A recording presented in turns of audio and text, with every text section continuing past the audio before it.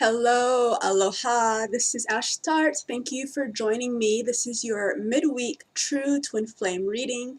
Why do I say true? Because it is from the core, from the sense of all things that cannot be broken, cannot be corrupted, cannot be changed or made into something else.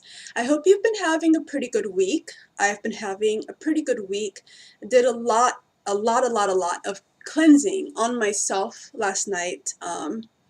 I was in Richmond and today I'm in DC, so I'm like going between Richmond, DC, back and forth. But hopefully I'll like choose one or the other or somewhere else completely in the next few weeks. I'm thinking about maybe Boston. That could be a thing. But so last night I was in Richmond and I was doing a lot of like cleansing on myself. And when I work with you, what I do is, if you choose to do like a distance healing with me, which is kind of the most effective way to lose all of the hesitation, all of the blocks, all of the stuckness, all of everything that's stopping you and blocking you and making you sad, making you depressed, making you angry, is extremely effective. And for that reason, the price point reflects that. It is a luxury service, basically. It is something that is for people that are dedicated, willing, and ready to do this, but also willing and ready to be totally healed. I've changed a lot of lives, which I'm blessed to be able to have done. And so that's why I share this with you, in case that you want to have this done as well to yourself. It's distance healing. It can be done wherever you are in the world. Usually I use just like email to communicate. We can do Zoom if you want to talk with me face to face, but for the most part it's email to communicate, and I would send you emails after doing journey for you every night, and then in the morning you get the email, and there's like prescriptions and things in there, things that like take this sort of ritual bath, drink this tea, eat this food. Easy things, but also very supportive and necessary things that will actually move your energy. I do most of the heavy lifting. You can ask anyone who's worked with me. You could come on my Facebook page, add me as a friend, and then ask like who's gone through this healing, and maybe someone will pipe up. Maybe not. It's very personal. But so I also do the healing on myself. I do energy work and shamanic journeying, and I was going into my energy, just, it's like I know what my problems are. I know what they are. And knowing something and actually not doing the work, because I'm willing to do the work, right, on myself. But remember last Thursday, I kind of talked about how the energy body can repel things when it doesn't want that, right? And when I work with you as a reader and as a healer, I'm kind of your coach, like moving you through being able to accept these changes. When I'm doing it to myself, it's like I don't really have that other person. I'm being that person for myself. So it's like I have to be the healed and be the healer at the same time. It's very complicated and difficult. But of course, that's how I became a healer, was by doing all this stuff on myself first for years. So I moved a lot of stuck energy that was preventing me from accepting happiness with my twin, right? Like that's been a big sticking point for me. I moved stuck energy in my hips, stuck energy that was in my eyes. Interesting, like there's a lot of trauma that can get stuck like in your eyes. And so, and I'm nearsighted, and so that's, one way that that's manifested for me physically. The trauma that is entered and become stuck in my eyes is, being very, very, very nearsighted. I have a feeling I wasn't always. I think when I was 2 or 3, I could see pretty clearly, but then after that, different traumas happened, and some of it was related, my guides told me yesterday, some of it was related to being clairvoyant. I was also clairvoyant when I was a child, which I'm not now. So clairvoyant is like when you can like literally see like ghosts, angels, demons, all the different spirits and things are in here. And I see them with like my third eye, but I don't like see them. right? Which is a way of protecting myself from whatever I saw when I was a child. That was just like too much, and then I just like shut my clairvoyant self, and I don't want to see that anymore. So my guides last night told me that one way that I protected myself was, you know, just becoming nearsighted and becoming not clairvoyant anymore. And after a while, shutting off my psychic capabilities altogether. When I was 18, I met my teacher, and she taught me how to open my third eye again so I could be psychic and do all these sorts of readings and healings for you all. And she told me at the time that if I did not develop my gift, it would literally destroy me. Which might be a thing they're telling me with the clairvoyance too, is like I have to go back into that and become a clairvoyant again, which is really scary. I don't want to. Like the literally worst thing I hate is freaking ghosts. No, like I don't even want to be in a room with them. I'm filled with light and like divine energy. As anyone who's worked with me can tell you, when you work with me, you get filled with this divine energy as well. And it's kind of like blissful and light and like, oh, I feel really good and nice and calm and peaceful, which is lovely. And so I'm filled with this light all the time. And I I tend to like clear out a room when I enter it, and if there's like a ghost or something in there, it's like it doesn't stick around when I'm in because my light is too strong. What happens is I can allow them to come near me, but I just don't fucking want to. Like, I hate them so much. I hate them. Ghosts and all sorts of like demonic presences. Like I don't want to see them, right? Like literally see them and see all their skin and all their horns and scales. But that's the thing. We have to clear everything that we're very scared of not clearing, right? Like we have to actually be the things that we're scared of being. I'm going to, so I have a couple of courses, and one course is supposed to start today, but I think I'm going to push it back to October 4th, and that's the Goddess Magic course from the Ancient Magics. And then my other course is something I've been thinking of recently, which is just how to unlock. It's 5 keys to reuniting with your twin flame. Again, like I know, knowing is one thing, and then like actually being it is something else completely. But I know what it is, and I know through observing people, through observing myself, through observing what brings me closer to my twin, what pushes him away. I know what these things are. So I'm going to develop a webinar, I think, and then there'll be a course to take you deeper into it if that's something that you want to do.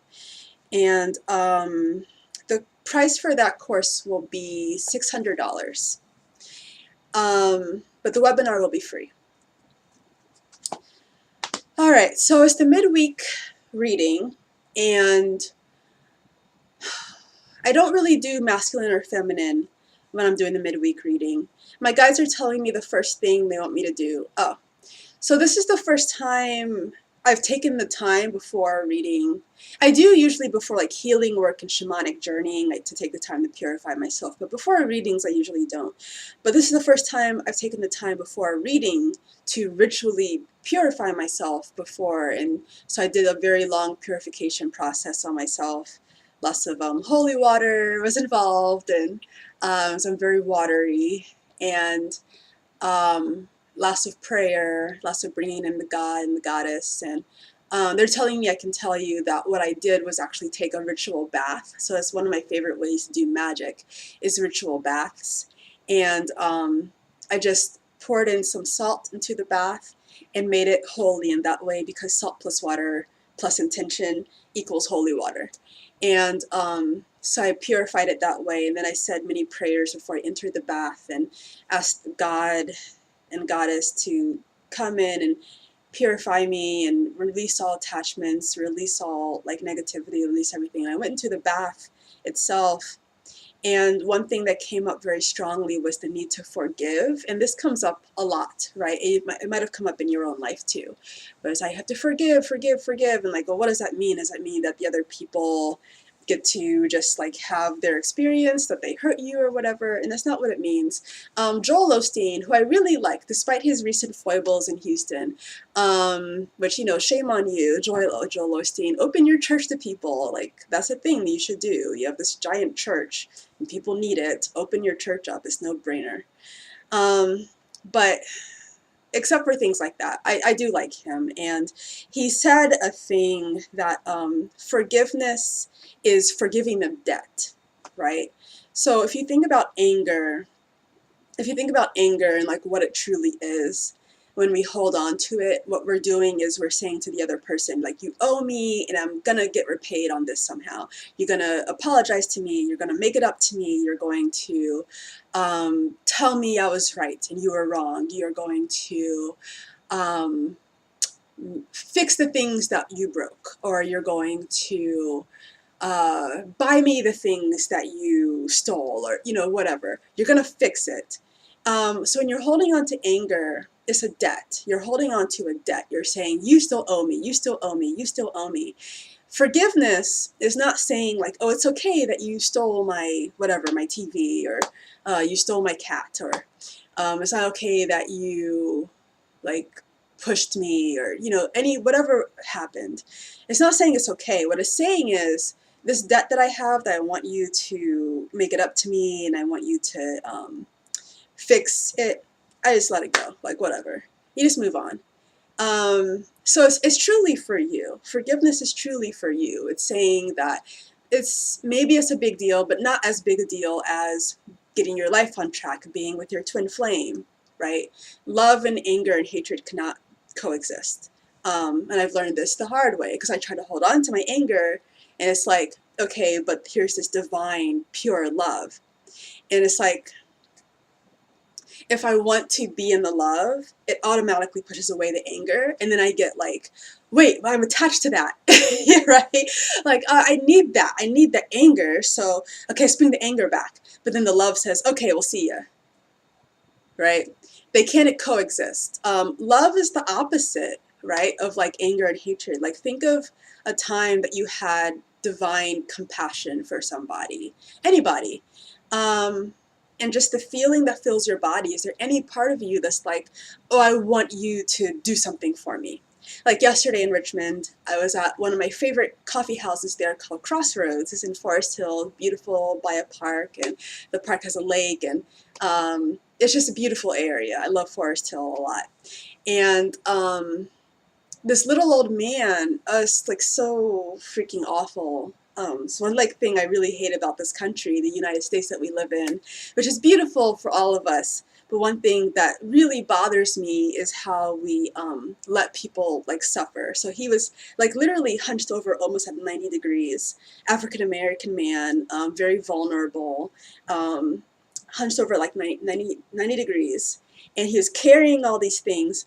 And to a lot of people's credit, because, you know, Richmond's in the South, so it's like I was at this coffee house, and it's a lot of white people, and then like me and a couple of like other people too, but mostly white people.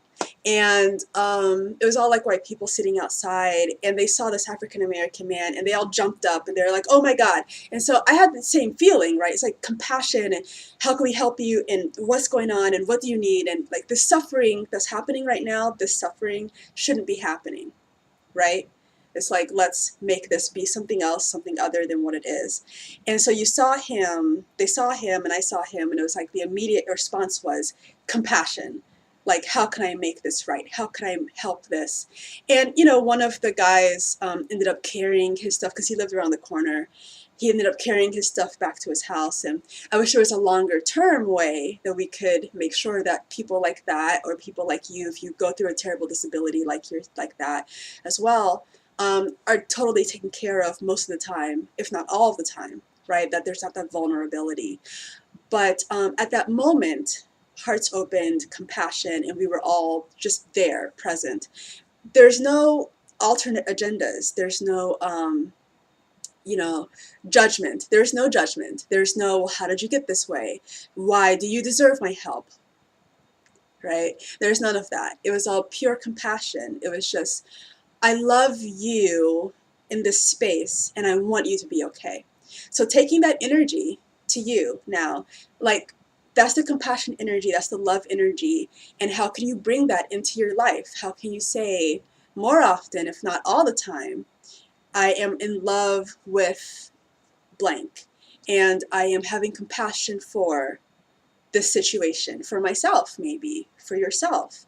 Not being angry at yourself, maybe, anymore, for the things that you're angry at yourself for. So, if you've been watching me for a very long time, thank you for watching me, because you're awesome. And if you're new, if you're first time watching me, thank you for tuning in, and thank you for watching me. It's my pleasure and honor to be able to do these readings for you, my twin flame family and collective, and I don't know, I'm just really blessed to be able to do this. My teacher was a woman named Lisa. She was from New York, but she is Romani. Gypsy is the pejorative term that we probably know them better as, or you if that's your culture. So Romani, and she taught me tarot in her tradition when I was 18. I'm 34 now, so 16 years I've been doing this. I've had amazing adventures doing magic and healing people and going around the world, literally. Going to other places, meeting gods and goddesses with like my third eye vision, right? Like not clairvoyantly and like literally seeing them, but like my third eye vision, and being in touch with the soul of the earth, becoming in touch with myself as a non-human human being. So very fairy, very goddess, very, very, very goddess energy. And if you feel that during the reading, if you feel some like divine presence, that's probably part of my energy that's reaching you through time and space, because we can do that. And just allow it, right? I'm a very healing presence. To my knowledge, I have not hurt anybody like with my energy unintentionally. Like my energy is very, very divine as a par for the course, very light.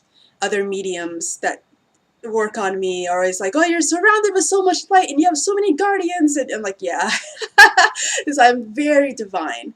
And if you feel that energy during this reading, then just allow it. Allow yourself to be healed. Allow for free, complimentary, from me and my guides to you. So for this reading, I'm using my Fairy Tarot, and I'm using my Connolly Tarot, and let's see, we're going to do some question answers. This is a general, let's see where we are. So I'll do Connolly Tarot for like the general, yes.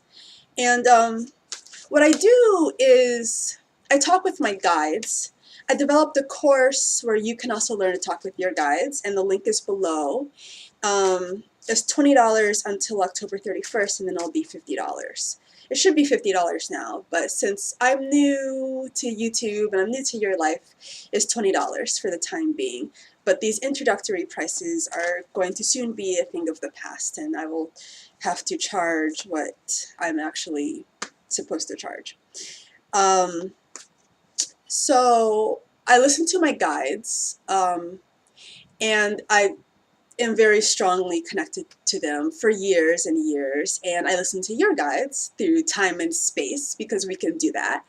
And they come to me and tell me the things that you need to know, and my guides tell me the things that we need to know, and the divine all that is presence, and the mother god, goddess presence, and all the other benevolent spirits. And I cleared and cleansed this space before I started reading, and made sure that nothing would disturb us and only the highest light could enter this area. So what are they telling me right now?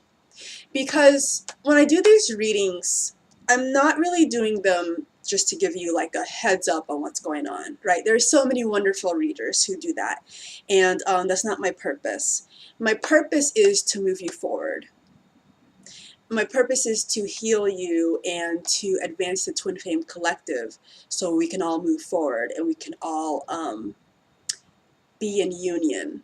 So my purpose is to bring you into union, whether we work one-on-one and you actually pay me money or you don't. My purpose is to bring you into union. Now, So what I'm going to do is I'm going to do that. I'm going to bring you into union. Alright, so I'm actually going to use my fairy tarot because it's more magical. And what I want you to do is I want you to just be open to the experience. I want you to be open to allowing this to happen. Okay? So this is all allowing. It's all surrender and allowing. And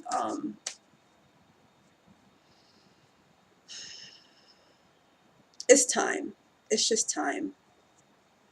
And that's something that empowers me because it's hard for me to act like as a goddess entity. It's hard for me to act until the time has come to act. But then when the time comes, it's just like, oh, all right, I got this. Let's do it. So, all right, we have to get a couple of things out of the way first. So the first thing I want you to do, we're going to do 3 question answers. And I want you to think of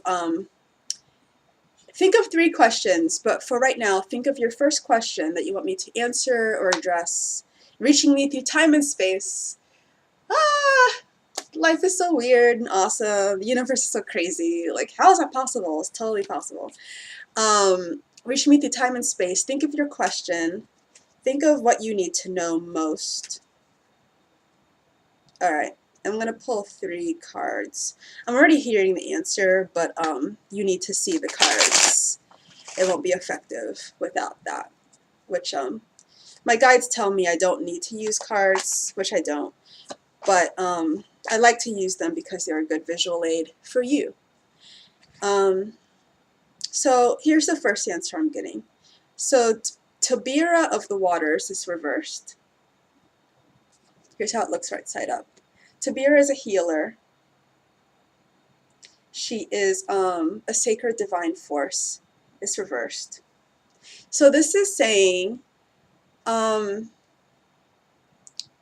those of you that are thinking of getting a healing with me, because you sense my power and you sense what I'm able to do, that it's time to do that. And you've been thinking about it for a few weeks, 3 or 4 weeks, and you've been watching my readings, and you've been feeling like, oh, I really want to do this with Ash, but what's been stopping you has been you, right? And what I mean by that is to be reunited with your twin, to come into union, it is a decision, okay?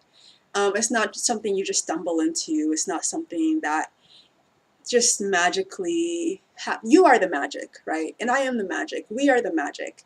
Your twin is not going to bring you the magic. You become the magic first. So, I mean, that's a little disappointing, right? We live in a culture where we really want people to save us. And that's disempowering. We have other stories. Here's a new story. The new story is not that you're the hero in a way that's disempowering, that you can take everything on by yourself. You're not someone that has to be totally independent. You're not someone that has to be totally alone. You're not someone that has to forge ahead on your own. But you are a hero in the sense that you get to be the focus of the story, which means that no one can save you, but you get to have all sorts of wonderful people come into your life.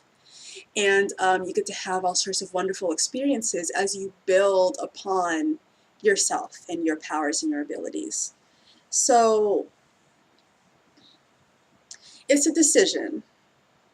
And the decision, when you make the decision, like, I'm ready to be with my twin, you'll feel naturally drawn to, like, okay, I'm ready to work with Ash, because you know I'll bring you into union with your twin. Right? When we make the decision, the universe sort of rearranges and says, I support your decision. I'm going to make this happen. But you have to make the decision first. The second answer is the fawn reversed. Here's how it looks right side up.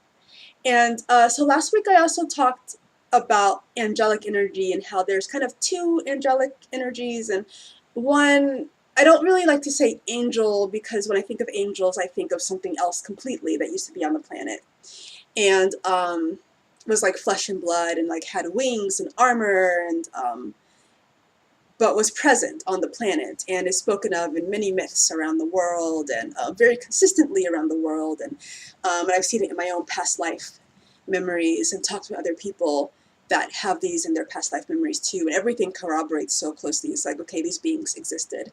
Um, but then there's another energy that is kind of like the new age angels, which is like that divine presence, that divine energy that's like very healing and protective. And I don't like to call them angels. That's a form that they take on, and they'll say like, oh, I'm Archangel Michael. And it's like, well, you're not really Michael, but you're taking on that name because it makes this person feel safe.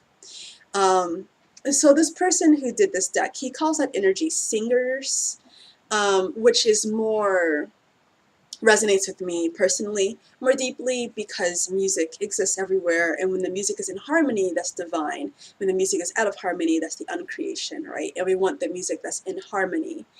So he calls them singers, and so whenever I pull a card like this, it's that singer divine presence energy. So this is the fawn reversed. The fawn, you know, is like deer. I also talked about deer last week too. You might want to watch that reading that I did on Thursday. But I talked about deer and deer's presence last week, and how that energy is a sacred guardian of the earth, of the land, um, over here on the East Coast in the United States. And in Hawaii, it's like owls and sharks and other animals. And in your native place where you are, where you've grown up and live, there might be a different animal, if it's not the East Coast, that is the native, like whales or beavers, badgers, porpoises, turtles, raccoons, all sorts of different energies. Um, and the reason that deer came up last week, I realized when I watched the reading again, I never actually said why deer came up last week. The reason that deer came up last week was because I'm like trying to channel this energy now. It's like something I don't know in my body already, so I have to like uncover it and like unlock it. So the gods and goddesses are all coming back. The ones that are incarnate, like myself and maybe you, if you're also a god or goddess in body, but also the ones that are discarnate, the ones that are not in bodies, they're also coming back, being made present again. And they require our worship. They require not worship in the case of like disempowering and like giving all your power to something else. Worship in the case of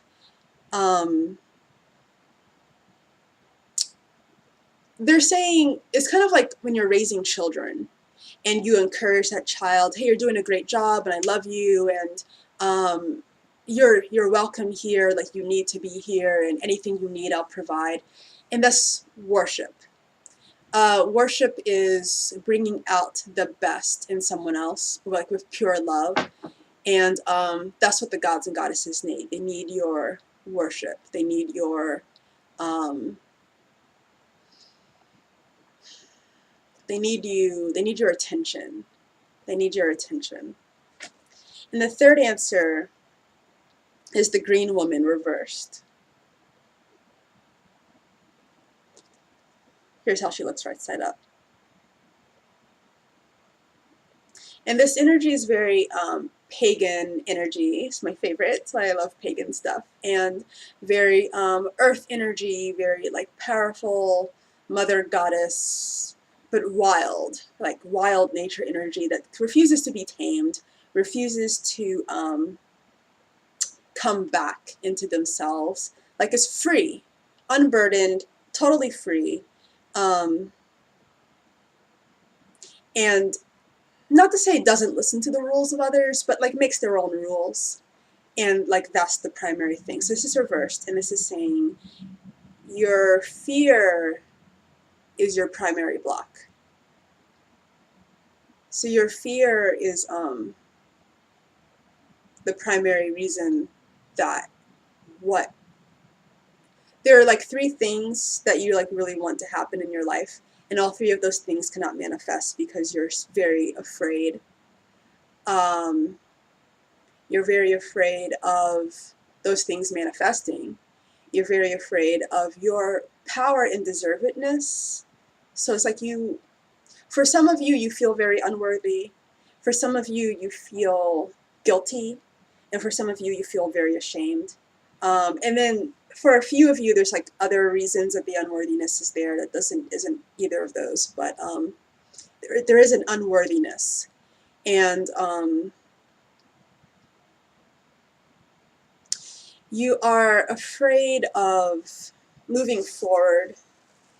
You're afraid of moving forward and leaving behind the past, and that you feel in your heart and in your core and in your soul that the past will be left completely behind, no going back at all. Everything will be gone, and you're afraid of that, and you should be. Not you should be afraid, but you should be aware, and you are. You should be aware that that is what's going to happen, and you will never go back. All right.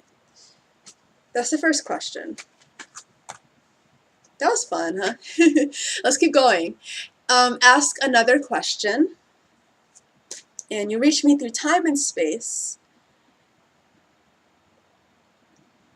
and we will answer your second question. Am I still using? Yeah, I'm still using the Fairy Tarot. Okay, think of your question. Think of your question. It's okay. It's all right to burden me with like your petty stuff. It doesn't matter how petty it is. It doesn't matter if it's like it doesn't matter if it's like, oh, this is something that like you don't really need to know, it doesn't really concern you, or it's all right. You know, ask that question. Ask that question. That's like, yeah. Okay. So I only need 1 card for this. And since it's a general reading, I can't.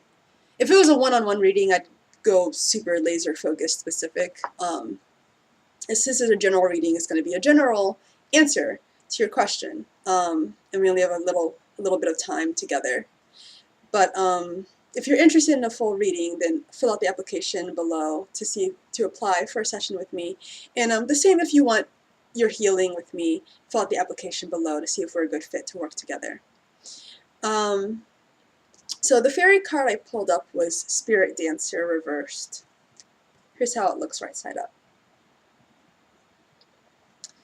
So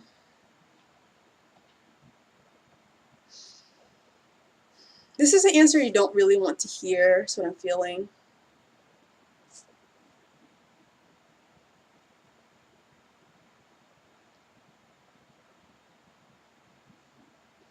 It's very complicated. Alright, before I say this, I need you, watching me, to breathe with me and open up your heart, okay? So what does that mean? Opening your heart means letting go of the feeling of betrayal, letting go of the feeling like I'm about to betray you or the world is about to betray you. Like you can trust, you can be open, you can trust, right? Everything that's happening to you is for your greater good. And I'm not going to tell you in this format something that is going to harm you. It's going to be for your greater good. So open up your heart, allow, and trust.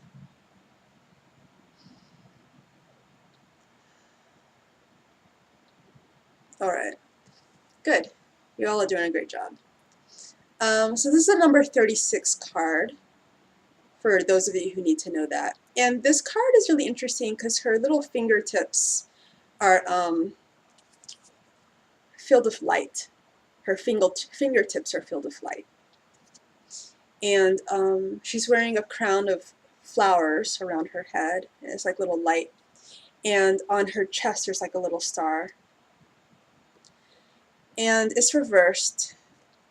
So traditionally what this card is about someone who takes on the burdens of others, someone who takes on the pain of others and moves through that pain. It's like you kind of enjoy the pain, or you dance with the pain. And of course, it's not ideal to do, it's not an ideal situation to dance with pain and want pain and seek out pain. It's not ideal to embrace pain. And a lot of you are healers, and what you do is you take in the energy from other people and try to transmute it within yourself, and then try to heal other people that way. And so in a way, you're dancing with the pain of other people all the time. And a lot of you have asked about situations where someone is hurting you a lot, and about that pain. And the pain is not going to go away with this person. You have to stop dancing with it. You have to stop healing it. You have to stop dancing with it, right? Pain is not part of your path. Pain is not part of who you are. Some of you have also asked about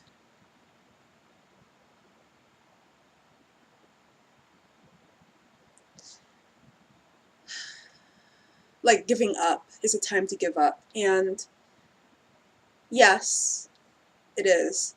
And I know you might be thinking, well, you told me I shouldn't give up, or I'm going to lead you into union. If I'm telling you you need to give up, then the person I'm telling you to give up with is not your twin. How do you know that your twin is your twin?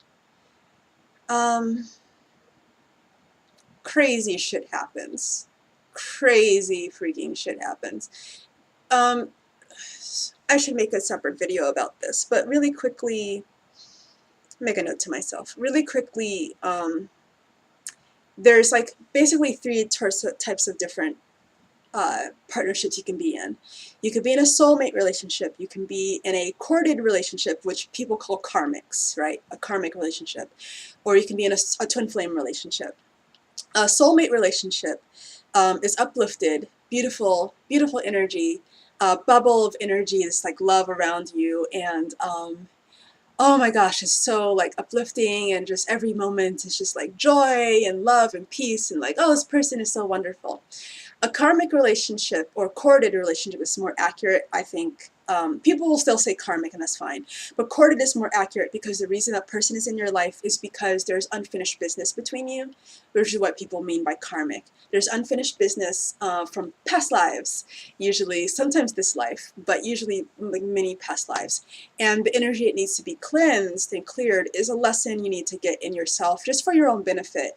You're not trying to fix another person. So a lot of you are trying to fix another person, right? If you're trying to fix somebody else, it's a courted relationship, and you need to give up. You need to let go of it. A twin flame relationship is like the entire universe. It's just like, be with this person. And you'll know it if that's your situation. If it's not your situation, the reason, let's see, for me, I've had like miracles happen, like my bird is like a cardinal, and it always shows up if I'm about to like mess something up. And I was like about to not go see my twin. I was like, I don't know if I should do this. And I'm on the 6th floor of a building right now, and a cardinal came up to this window and like fluttered at the window for like a minute. And it was like fluttering there, like, don't screw up, like, you know, and then flew away. And it was like, okay, that was a sign. I went up to see him, and man, just so many things happened. It's just like ridiculous. Things will happen to other people to move you closer to your twin flame. They'll make strange decisions that they wouldn't necessarily usually make that will like boost you closer to them. Things will happen in your environment to bring you closer to your twin flame that are just like, how is this happening? You'll stumble upon sudden messages. Just crazy shit happens. Like the world becomes different, the universe becomes different, it flips upside down to bring you together with this person. So those are the 3 types of relationships in a nutshell. And if I'm telling you to give up, it's not your twin, because I'm bringing you into union.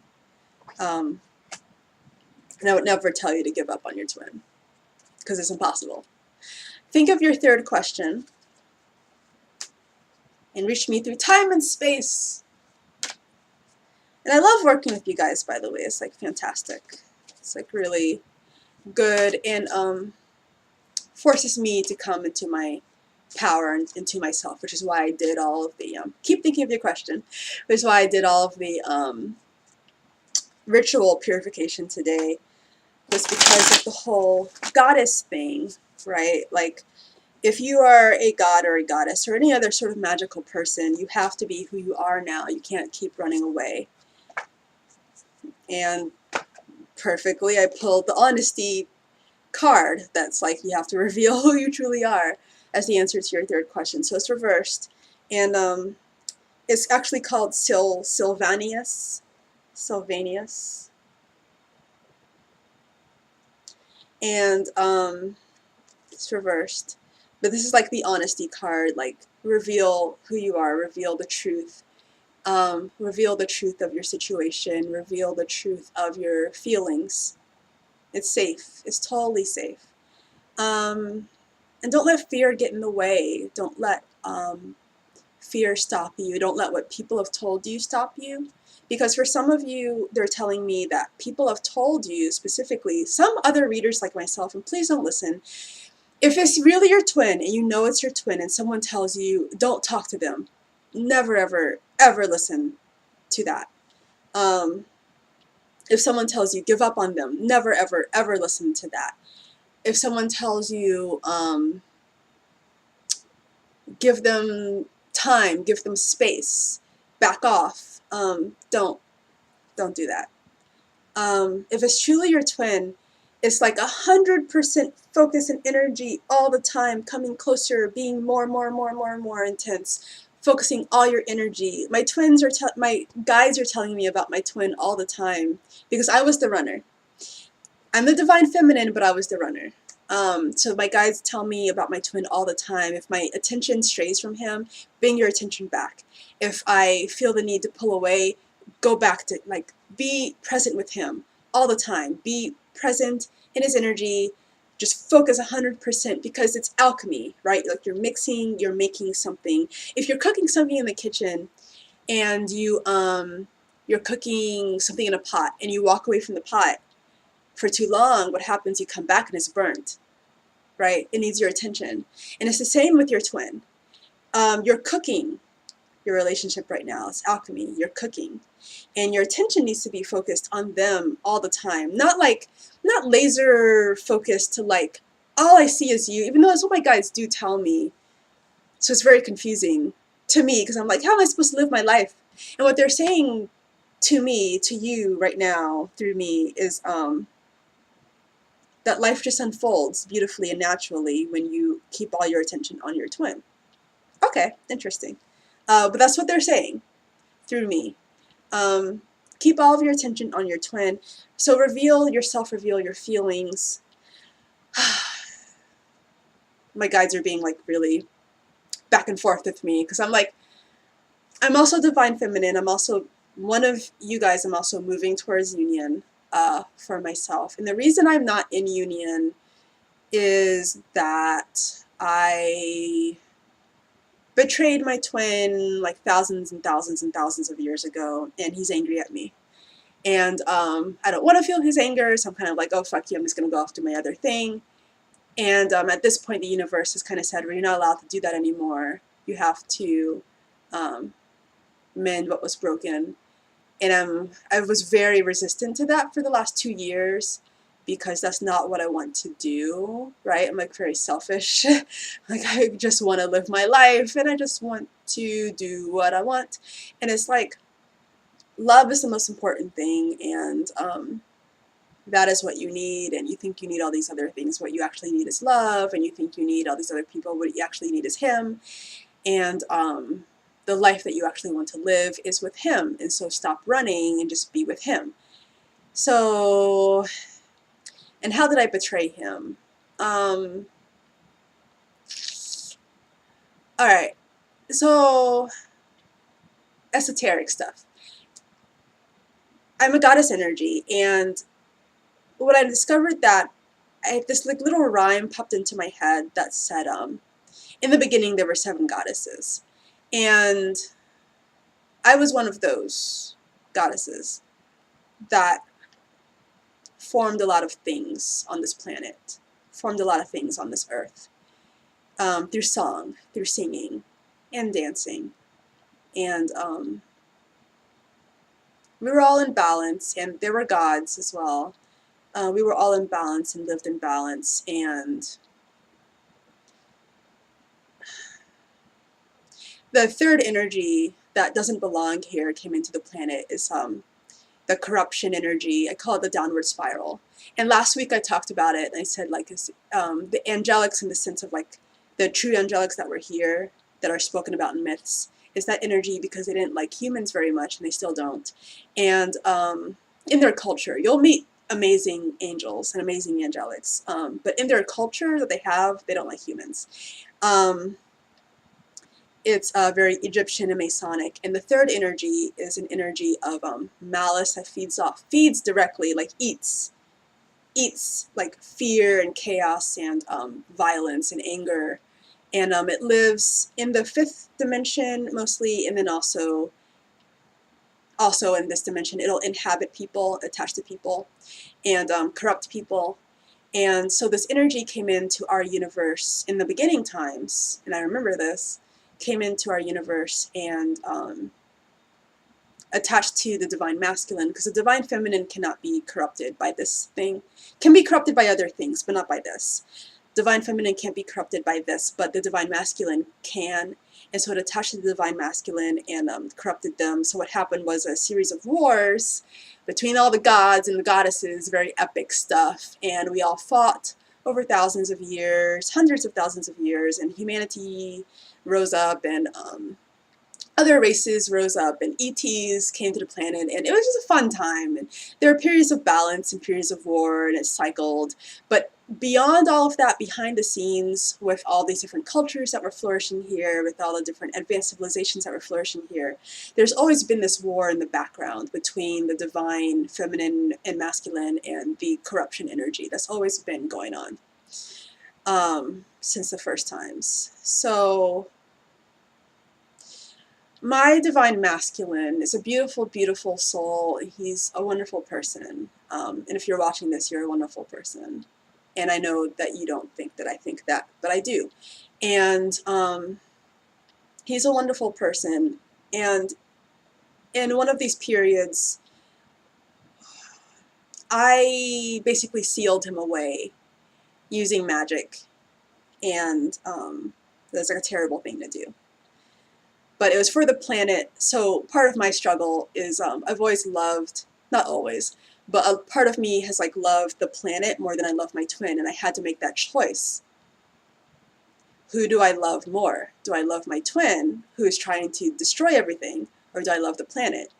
And at the time, I loved the planet more, so I chose the planet over him.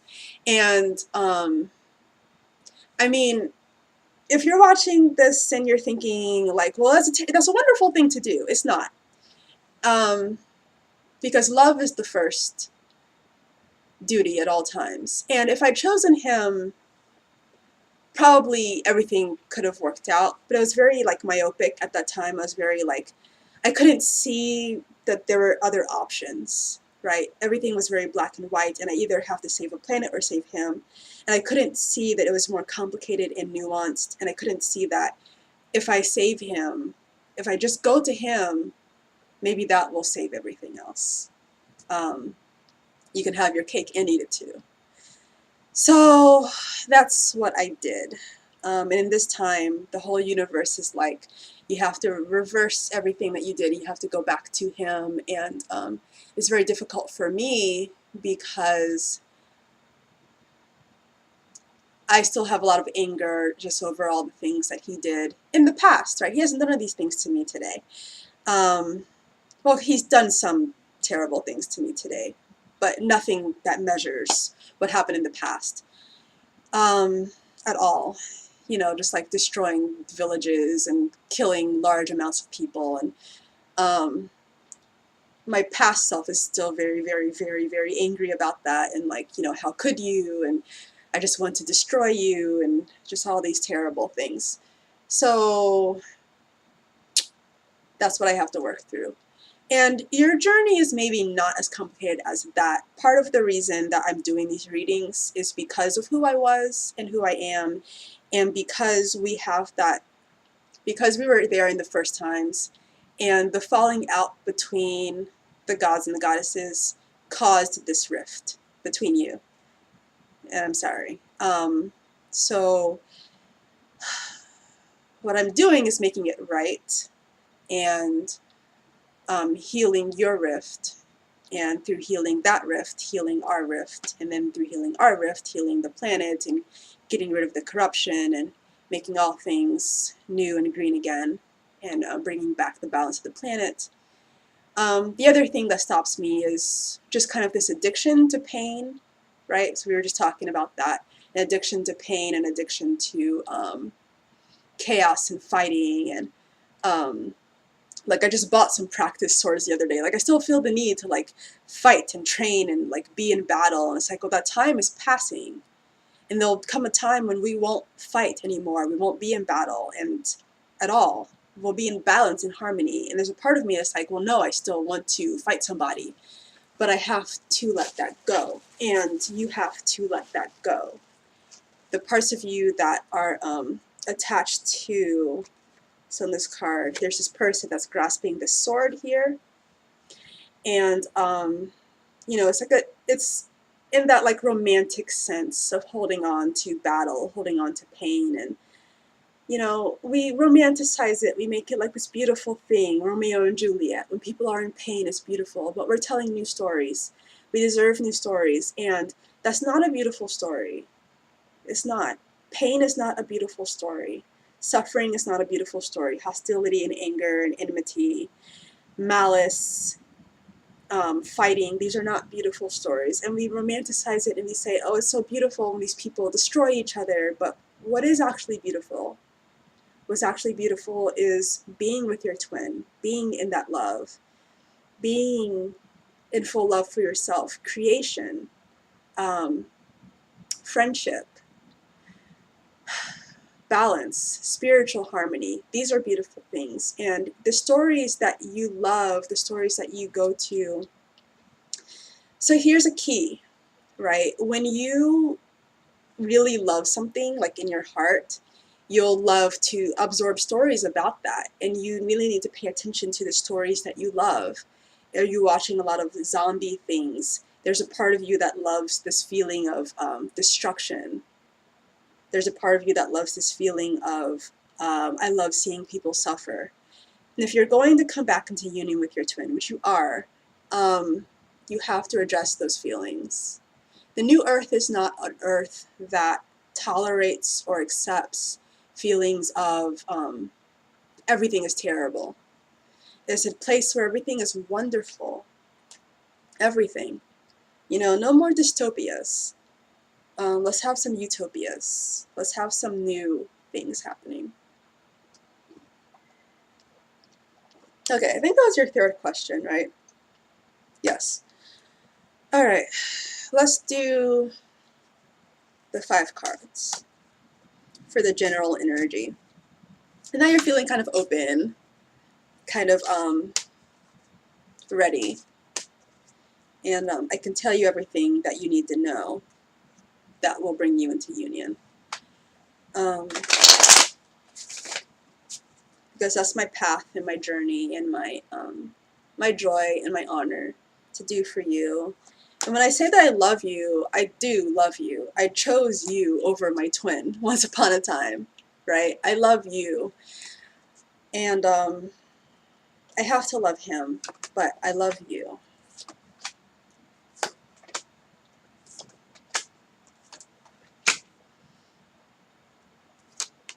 Extra cards. All right. Yeah, 3 extra cards. Sweet. Okay. I'm going to show you the 3 cards that I drew. And, sorry. the 8 cards that I drew. The first card is Judgment reversed. Here's how it looks right side up. The second card is the 6 of Swords reversed. And here's how it looks right side up. The third card is the Queen of Swords. Then the Emperor. Then the Empress. The 3 extra cards I drew are the 5 of Cups reversed, the King of Swords reversed, and the 7 of Pentacles reversed. So the key to the twin flame relationship is esoteric as hell. It's occult and it's magical, and you can't come into union without addressing these things.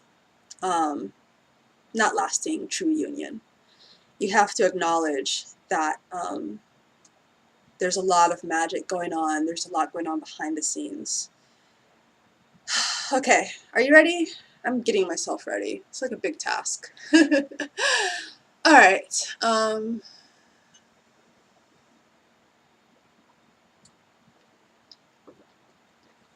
All right. Okay. Walking this path with you. Judgment reversed. So let's take a look at this card a little more closely. There's this like little baby cherub, totally naked, leading the way into the future. There's a woman in blue standing at the gate, waiting for the man. And the man is a knight. He's a knight, and he's taken off his helmet. He's left his sword behind. And he's kind of just contemplating, right? He's replaced his sword and his shield with this staff of knowledge and presence and being in his power. And he's listened to the sages, he's listened to the wisdom, and he's like, I understand, I'm ready to move on. I understand. And he's even taken off one of his gloves. So he's letting go. He's letting go of war, hostility. He's letting go of avarice. And, okay, it's a lot of energy. When we talk about world peace, when we talk about world peace begins inside of you, and I mean that really directly. World peace begins inside of you, with you saying, I no longer accept violence. I no longer accept bad things just happen. I no longer accept, like it's a decision, right? Remember at the beginning of the reading I said, being with your twin flame is a decision. And when you make the decision, it's very esoteric, I know. When you make a decision, the entire universe aligns and brings you into it. So for your purification, it's a decision that world peace is a thing, right? You're creating from your heart, and you're saying, this exists, but it exists inside of myself first. Inside of myself, I will stop choosing, because you are choosing it, okay? I will stop choosing disharmony. I will stop choosing violence and anger and hatred to be around me. I will stop choosing to be in the situations where I am triggered and then I feel hateful, right? There's a little bit of addiction going on there. There's a little bit of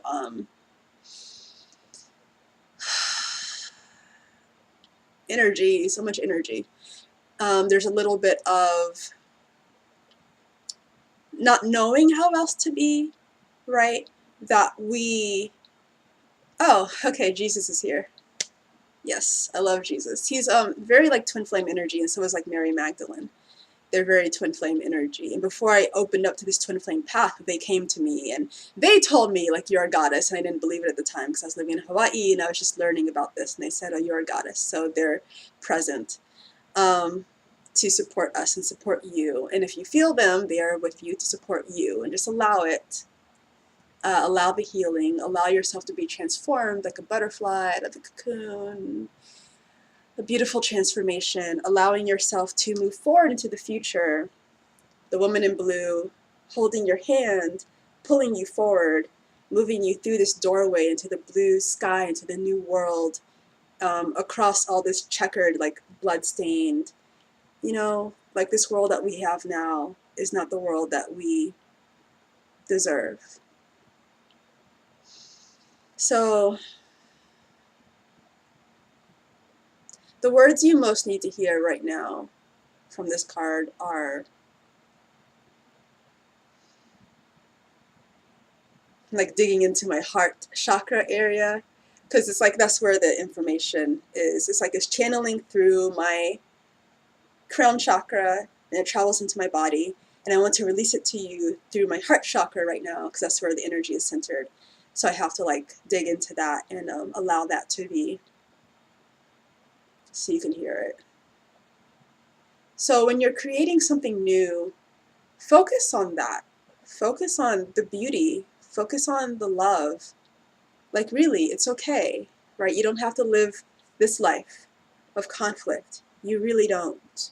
You don't have to live this life of conflict and anger and hatred and things going wrong.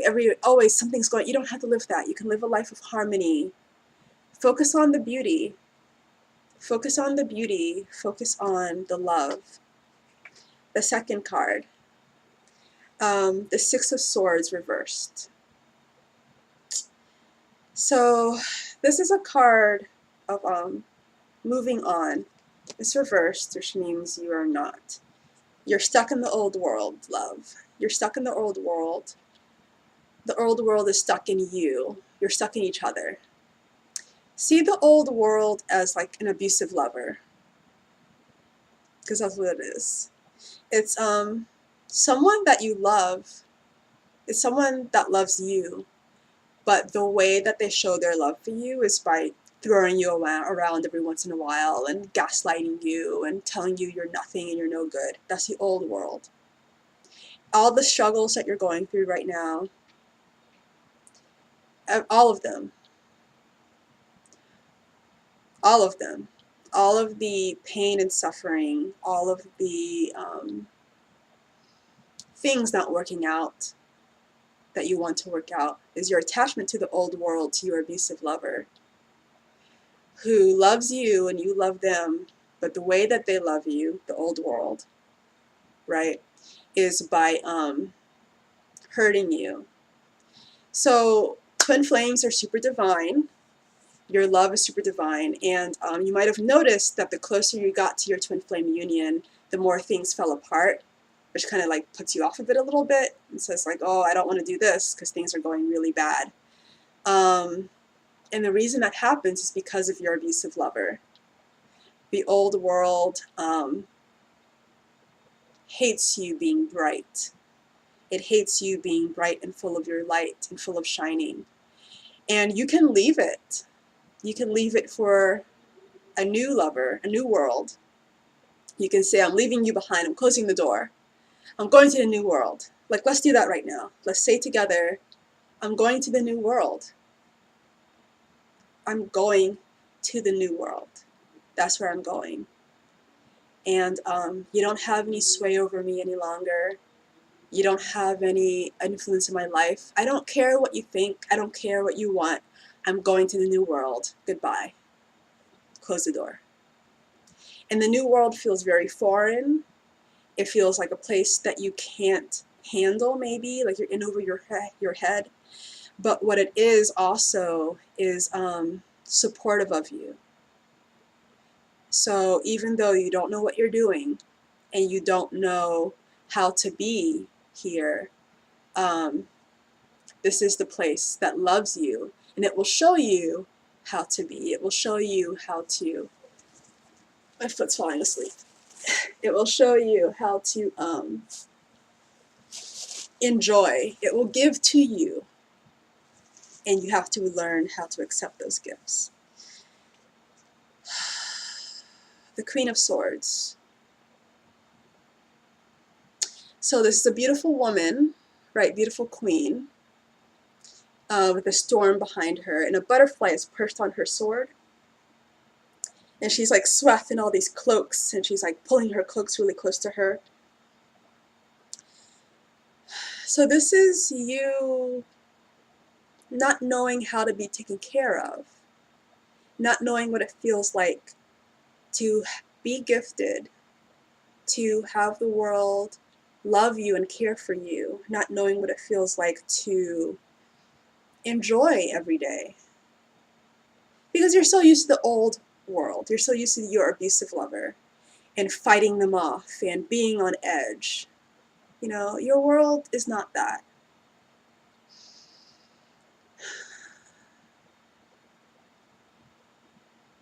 You know, this is like very dark. She has this checkered seat she's sitting in. It's like black and red tiles. It's like bloodshed and death and loss. And this is, you know, this whole like being in the violence, being in the wrath, being in bad things just happen to good people, which is not true. But if it's your belief, it is true. It's being in, you know, world peace is not possible. It'll never happen in our lifetimes. It's being in the pessimism that you can't have a beautiful life. You know, it's being in that energy. And she's just very on guard. This is for both masculine and feminine. So I'm saying she just about this person, but it's for all of us, the collective. She's very on guard, and she's very, you know, she has hope. There's this butterfly on her sword, perched on the edge of her sword, and she has hope that, you know, a better time is coming. But in the meantime, she's staying in this place that's very dark and forbidding and very hurtful to her. So the question for this, okay, that's why we have these extra cards. Because it's transitioning, right? We're moving from the old world to the new world. So we had the Five of Cups reversed. And here's how it looks right side up. And the King of Swords, which is the Queen of Swords partner, and he's reversed. And here's how it looks right side up. And the Seven of Pentacles reversed. And here's how he looks right side up.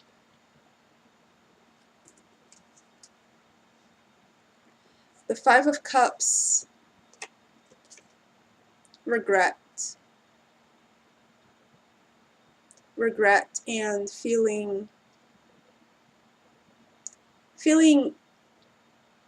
out of place, feeling isolated, feeling alone, feeling like a stranger, feeling like you don't belong. You know, where do I belong? Feeling like no one loves you and there's nowhere you can go to be truly loved in the way that you deserve. The King of Swords is that oppressive presence that is saying you're right. You don't belong anywhere. You are an outsider. You are someone that doesn't deserve shit. You don't deserve shit. And he is someone who says, when you're in your pain, you deserve it. You deserve to be in pain. And he's reversed. We don't need to have this energy anymore. The Queen of Swords and the King of Swords can get divorced. They don't need to be together anymore. She wants hope. She wants a better future. She wants something else. He does not want that for her. For you, right? Masculine or feminine.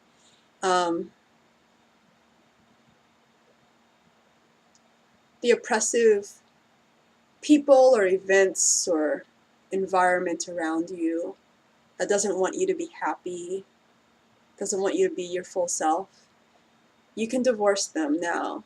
You can say, actually, I'm going to follow this butterfly into the future.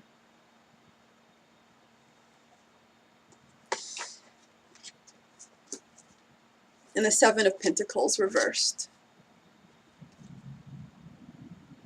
he's worked on this crop for a long time. And you've worked with this energy, the oppressive energy.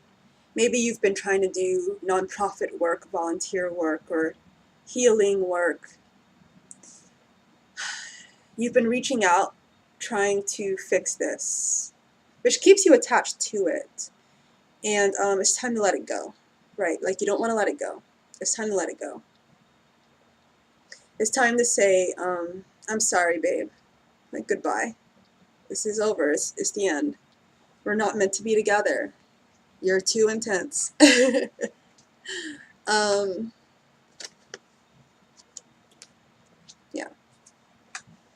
So, how are you feeling right now? I want you to check in with yourself, check in with your energy, check in with how you're feeling. Listen to your body, listen to your heart, your mind. Really, like, close your eyes and just breathe in and listen to your breath. And exhale and listen to your breath. Listen to your mind. What are you thinking? Listen to your heart. Listen to your muscles, your hands, the muscles in your hands, the muscles in your feet, and your joints. What are they saying to you? Listen to your brain, your actual brain. What is it saying? If you need something right now, pause the video, please, because this is a lot of energy we're channeling. I'm not messing around. I'm moving you into union, and I have the ability to do so. As such, you're going to go through a lot of transition. And if you feel, checking in with yourself, that you feel very overwhelmed, pause the video, come back, but pause the video, drink some water, rest your eyes for a moment. Just listen to the air, listen to the breeze, listen to the sounds around you.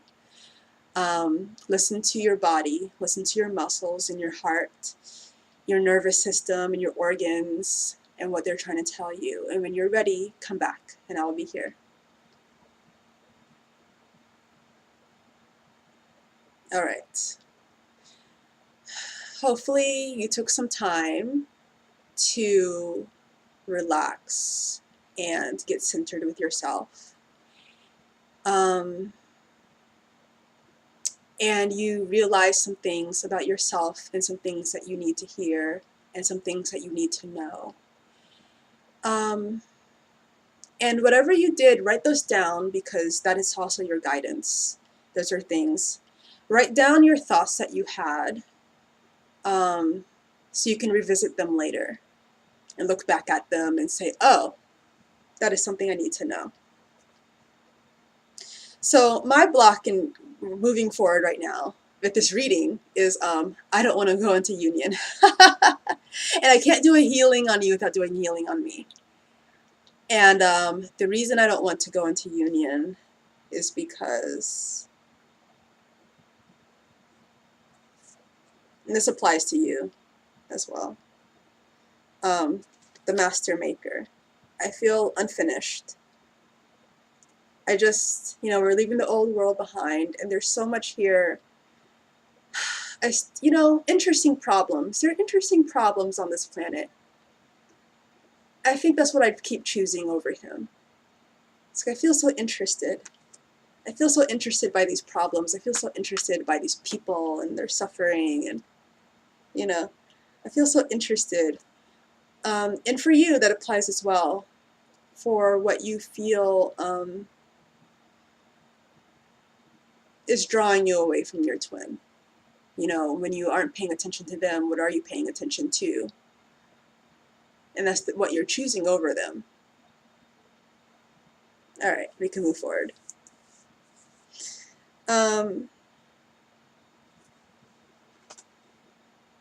The Emperor.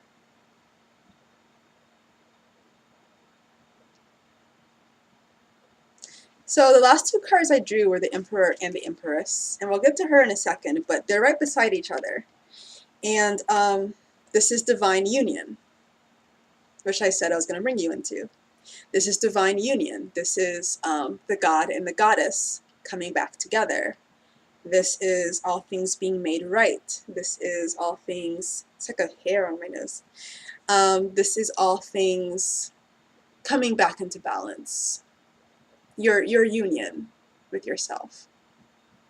So there's a couple of different ways I can interpret this. One is to address that the masculine is coming into balance and then the feminine is coming into balance, and then they balance each other, and they're both needed. The earth needs you, needs us, and they're together. They're no longer apart. They're no longer separate. They're no longer acting in separation. They're no longer pretending they don't love each other when they deeply do. And they're no longer pretending that other things matter to them more than each other, because the only thing that matters to them is each other, truly.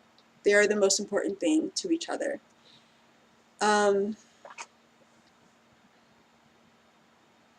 They're both people in their mastery, people who have achieved their mastery. They're both people that are ready to be acknowledged by the world for achieving their mastery. They're ready to come out of hiding. They're ready to be seen. They're ready to show who they are.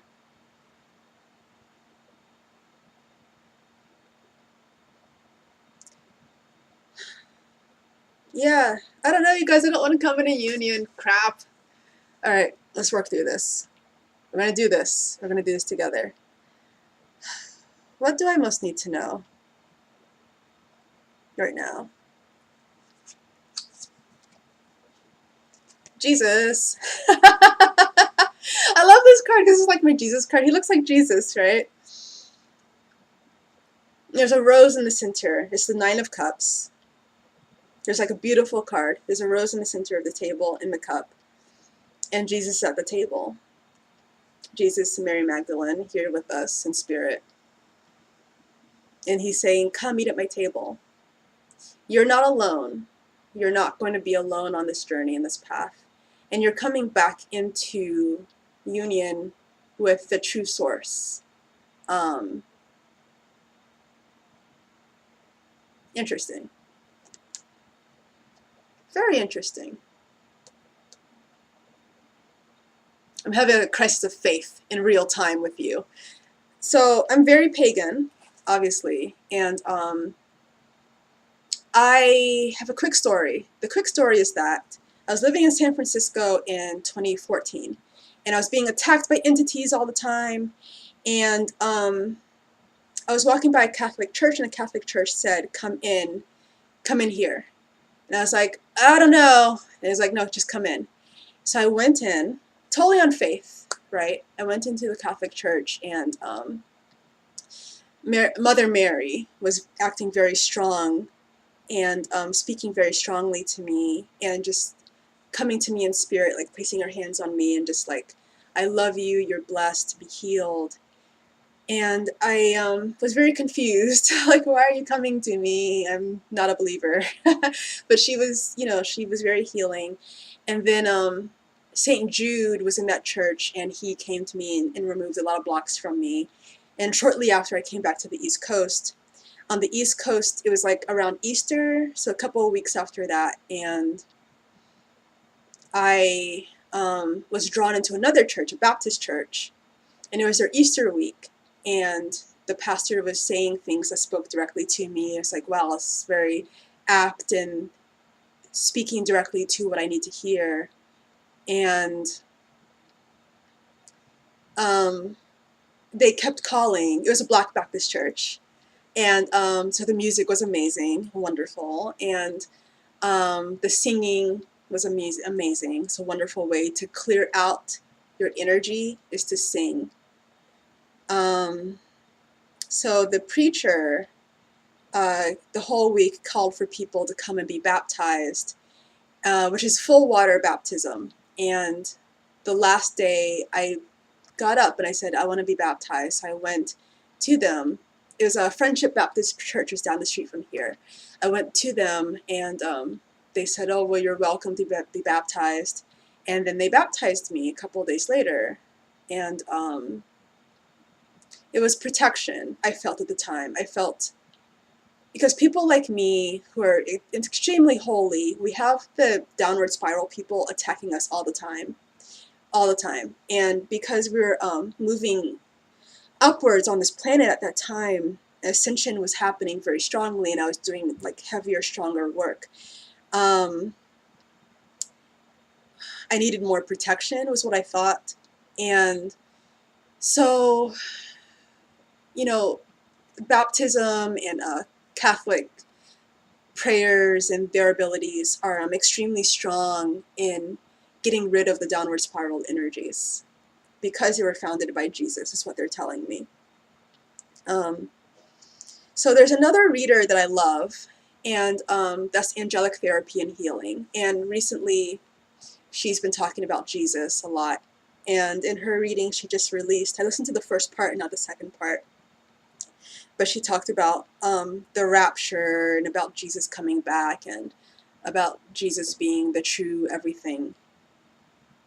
Very interesting. All right, so that's what's keeping me from wanting to be in union. Weird. I don't have a good relationship with the Bible, and the reason I don't is because I don't have a good relationship with Yahweh. We fight. I don't like him. But they're telling me the Bible is not about Yahweh, the Bible is about Jesus. And Jesus is not condemning, he's not a hateful being. He doesn't say, oh, you're gay, I hate you. He doesn't. He's right here with me, and he's just like, I don't say that. And Mary Magdalene's like, no.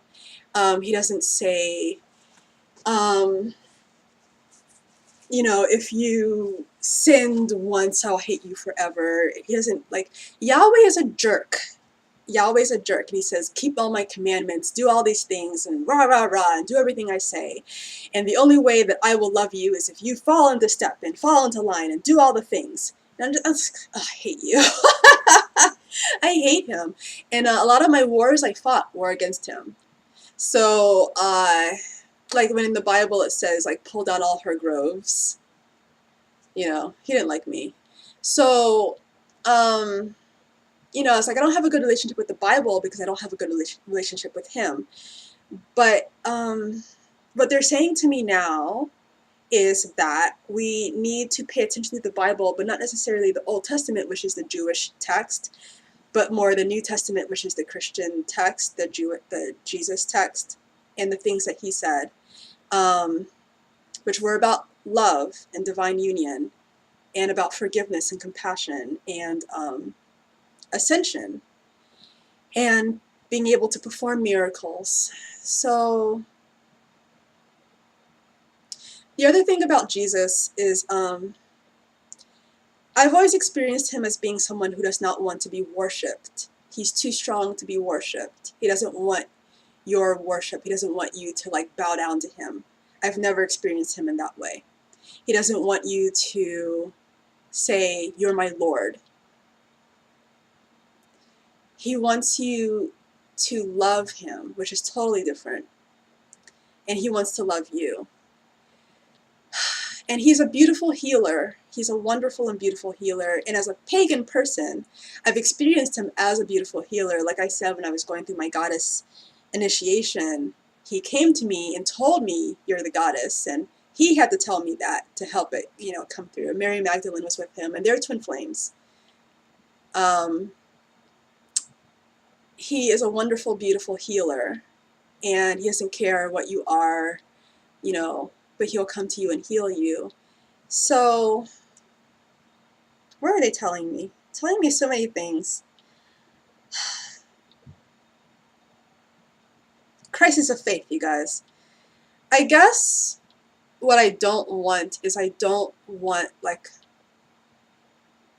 the goddess to fade away, because that's what the Bible was kind of all about, right? The Bible was all about the goddess fading away. And it like established that. And, you know, my anger that I hold on to is like, how dare you, like this vagina is gonna come for you, like I'm going to destroy you with this pussy, because you hate the feminine. Like, I hate that so much. And Jesus is not about that. So Jesus and Mary Magdalene are a loving couple that want to bring you into the new age. And this is the Emperor energy and the Empress energy, right? He is a Lord, not the Lord, not your Lord, but he is a Lord, in the sense that he is in his mastery, which is where you need to be as well. He doesn't want your worship, but he does want you to emulate him. The Empress is the goddess.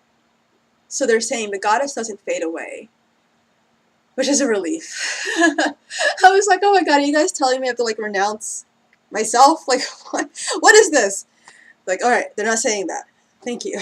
The goddess doesn't fade away. The goddess comes back into her power and is made new again in her mastery. So the same way that Jesus is his mastery, people like me, and you if you're a goddess energy, people like me who are the goddess, come into our mastery and then radiate that across the entire planet for you to be uplifted so the new age can come. So the new age does not come only with Jesus. A new age comes with Jesus and Mary Magdalene, with the God and the goddess combined. It is both. It is both energies. It is not just one energy or the other. It is a balance. It is all things that need to come together. Oh my Lord, right? Oh my goodness. That was so much that we did. Okay, I hope you guys are feeling good and that you have the keys to go into union now. And I bless your union and encourage you to tell me about it when it happens. Okay, namaste, aloha, and many blessings. Have a good one.